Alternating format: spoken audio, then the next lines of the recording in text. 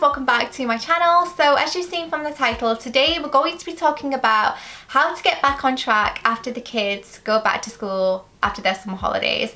It is so tricky, isn't it? I've had a ton of questions from you guys, a ton of messages on Instagram and on YouTube alike, all saying I've been a bit lazy with it over the holidays. I've been more relaxed. I've not really been pointing. I feel like I've had a gain and I'm ready to get back on it. Do you have any tips about getting your focus back, on staying motivated, and how to get out of that summer slump, if you like? And to be honest, I feel like we all have those times. We all have those occasions where we spend a lot of the time not really on track and wondering what went wrong. And sometimes it's important to have those times to appreciate when things are going really, really well.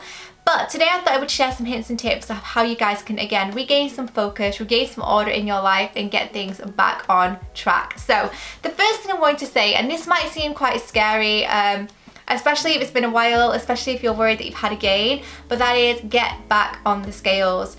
So you might be quite anxious to learn that you've gained weight. You might be quite anxious to step on the scales entirely because you've not done it for a while.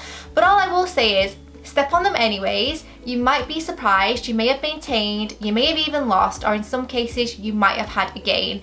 It's important to know where you're at so you know where you're going. It's important to know where you're coming from. It's important so you can kind of take stock and realize like where you're at. There's no point in tracking going forward if you don't know where you've come from, because it's hard to log your progress. It's hard to know how well you're doing. So I know it's hard, guys, it's not easy, and it's not a number you have to share with anybody, but get on the scales, take some stock and record it somewhere in your app or in a book, just so you know where you're coming from, you know where you're starting off at, and put that number away and kind of forget about it. It's a number at the end of the day. It doesn't define you, it's not important, it's just useful in knowing your progress and for forecasting and things like that. So step on the scales, just take the bull by the horns and think, you know what, whatever it is, I'm going to deal with it and I'm just going to step on them anyways, and we'll go from there. And then that will lead me on to my next point, which is accept the number, embrace it and move onwards and upwards. There is absolutely zero point in you giving yourself loads of crap, you thinking that you're a failure and you're just feeling really horrible about yourself. It doesn't do you any good, it doesn't do your family or the people around you any good. And to be quite honest, it's not a failing. It's just what it is. Weight will fluctuate from time to time, and I feel like a lot of people struggle with that, especially when they get to goal like me. I sometimes have fluctuations of weight and I think, I'm doing everything right, why is this? But your body isn't as linear as we would all like. You're going to have times when you've put on weight and you've lost weight. Reasons for that could be PMS, periods for women, it could be undigested food, it could be the fact that you've retained water and you have a lot of excess fluid in your body, you haven't had a bowel movement that day. Like, there are so many factors that can play a part in weight loss and gain that you cannot just put so much emphasis on it, because you'll drive yourself insane. So again, whatever number you see on that scale, accept it, embrace it and move onwards and upwards. Don't dwell on it, but the most important thing not to do is to not give yourself a hard time about it. Be kind to yourself, acknowledge it and move on. I'm sure you had a great time in the holidays, so just enjoy it and don't give yourself a hard time. Be kind. And the next thing I would say, and this is more of a practical tip and one of the most important tips on this list if I'm honest, and that is get back onto meal planning. I feel like in the holidays, because things are so busy and your routine is not really there anymore, it's easy to forget about meal planning because you're dining out, you're going for takeaways, you're spending time with your family. You might not be able to be at home at 4 o'clock to start dinner. You might not be able to have the healthiest lunch in the world because you're sat at McDonald's with the kids and you're hungry and you need to eat. So I would say now you're back into your routine, now you're back into your working day or whatever that is for you, whatever your normal day-to-day routine is, embrace that and get back onto meal planning, because meal planning is going to really help you not only in your food choices and make sure that you have everything delicious sat in your fridge waiting and you know what you're having, but you're less likely to opt for a takeaway, you're less likely to opt for processed foods because you've planned, you're prepped. And I'm not saying you have to know exactly what you're having every Monday, Tuesday, Wednesday, but what I am saying is have a week's worth of food in and have a bit to play with, and just know that one day that week I'm going to have a lasagna, one day this week I'm going to have a curry, and just have the things in where you can so you can meal plan, because you're less likely to make not great choices, like order a Domino's. Do you know what I mean? So just meal plan where you can. I have done a full video on meal planning, so I'm going to link that above in case you want to go and check it out. But that leads me very nicely onto my next point. So food is a great motivator. For me personally, it's my biggest motivator. I'm driven by food. I love it. You guys will know that from my cooking videos. And for those of you that don't know, if you've just stumbled across this video, I do a Weight Watcher friendly cooking series called Cook with Natasha Summar, which is every single Friday at 5 p.m. GMT, where I cook meals that are really wholesome, really lovely, delicious flavors, very exciting, seasonally appropriate. So if you are looking for foodie inspo in any which way, you can check out my Cook with Natasha Summar playlist, or you can also check out my What I Eat in a Days, because again, they're Weight Watchers friendly as well. So make sure you go and check that out. But that leads on to my very next point, which is find foods that motivate you and excite you, and of course adapt your recipes seasonally. So what I mean by this is we've now hit autumn, so you should be looking at a lot of hearty things like stews, curries, dals, pies, things that you love to eat at this colder time of year, things that motivate you, things that excite you. You know, you can check out the app. If you are on, like me, Weight Watchers Online, the app does get updated seasonally, so you can check out recipes that they update every season. And again, right now it's full of curries, dals, stews. There's just all sorts on there. Tofu nuggets with ranch style dressing, lentil and okra curry, which sounds incredible. Pasta, really hearty, delicious comfort food that we all love to eat. So get excited about food again, get excited about cooking, check out your cookbook, check out channels like mine that show cooking and that just get you excited to start cooking for yourself again, and just get yourself back into that routine of not eating as much on the go, but planning your regimented meals and regimented times. Not to say you have to know exactly what you're having each day, but a vague plan would be useful. The next tip I have to share is to ease yourself back into this lifestyle. You know, don't be too strict to start with, because you have to think about where you're coming from. You're coming from a very relaxed, very easygoing time off that you've had over the summer.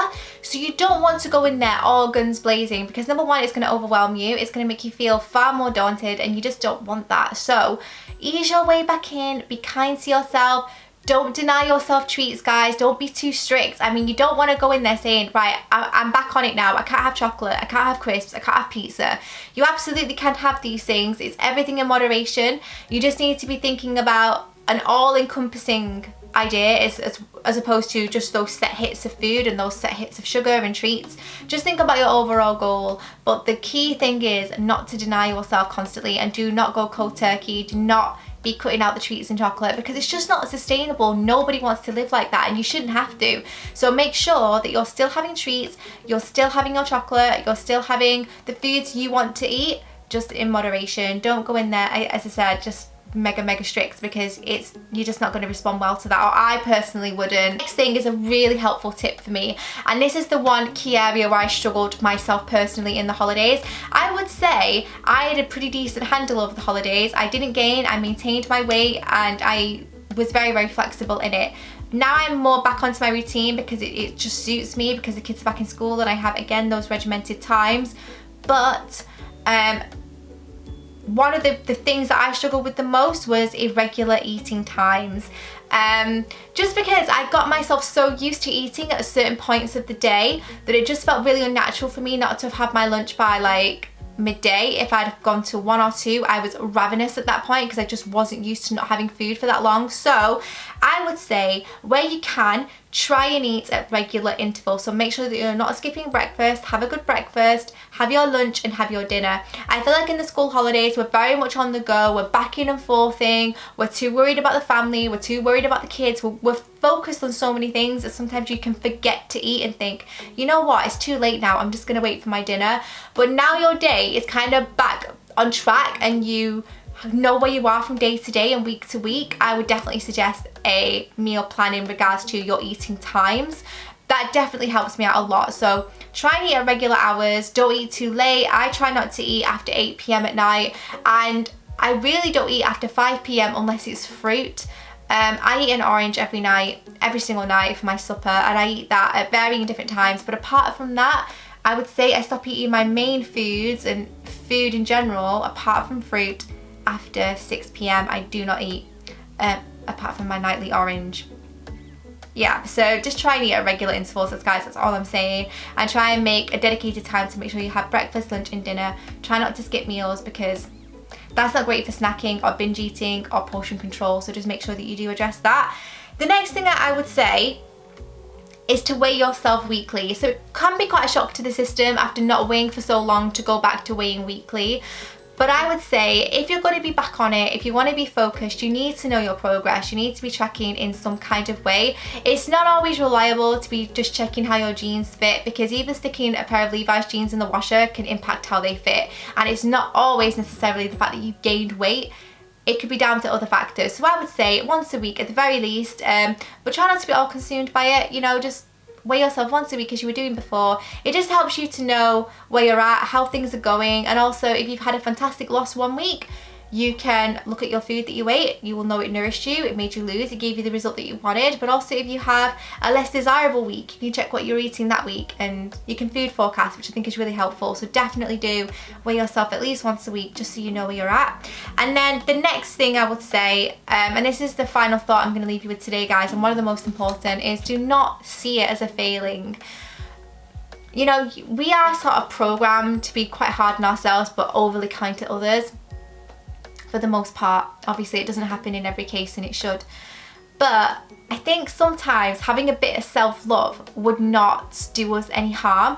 So don't be thinking about this time that you've had off as a failure. Even if you've had a gain, it's life, it's one of those things. You've had a good summer, you've enjoyed it with your family and friends hopefully, and you've had a gain, and that is absolutely fine. You're not perfect. You're going to have gains and losses and good times and bad times and lots of food and not so much food. Like it's just life, guys. Just don't put too much emphasis on the negatives of it. Be positive, approach this with a can-do attitude, and do not see it as a diet. I mean, I've mentioned this before, I'll link the video above, where I see it more as a lifestyle choice as opposed to a diet, but just approach it with a can-do attitude. Don't think of it as, oh, I'm starting again, I failed, don't let it impact on your self-worth. That is all I'm saying. And I'm going to leave you with that, guys, because I feel like I've rambled on enough. But I really hope that you guys can relate to this. I hope that you found it useful in some way. And I hope it's also made you feel a little bit less alone. We all have these times. It's just life. And if you are experiencing this, comment down below. Let us know how you're doing. Let us know how you're feeling. And if you have, more importantly, any tips that you can share or recommend on getting yourself back on routine, getting yourself back on track, we would all be stoked to hear about it. So make sure you comment. Don't forget to give this video a like, share it with your friends, share it with someone you think it might be useful for, and subscribe if you're new, and I will see you in my next video. Bye.